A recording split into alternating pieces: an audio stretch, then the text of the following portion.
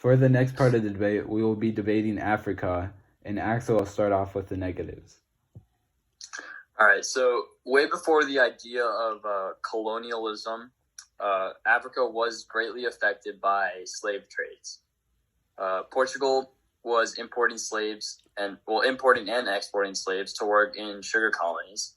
And with the Portuguese influence in Brazil, slaves were sent down to continue to work, and this would go on for almost 200 years. So there was that whole triangle of Portugal to Brazil to Africa. So colonialism led to African economies, politics, and cultures being basically completely destroyed.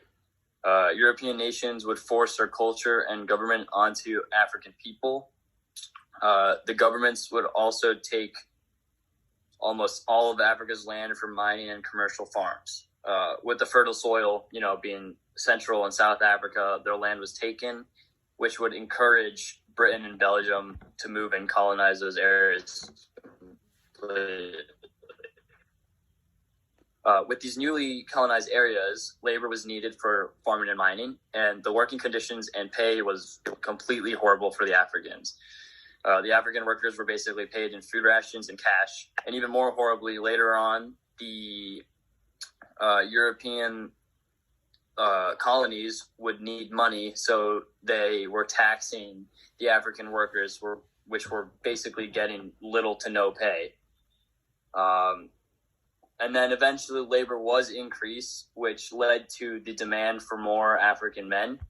The men were separated from their families, and the manpower that was used for food was lost and led to famine.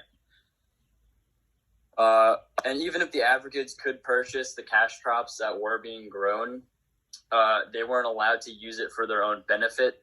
The only use that the cash crops really had were to be exported to European countries for their own benefit.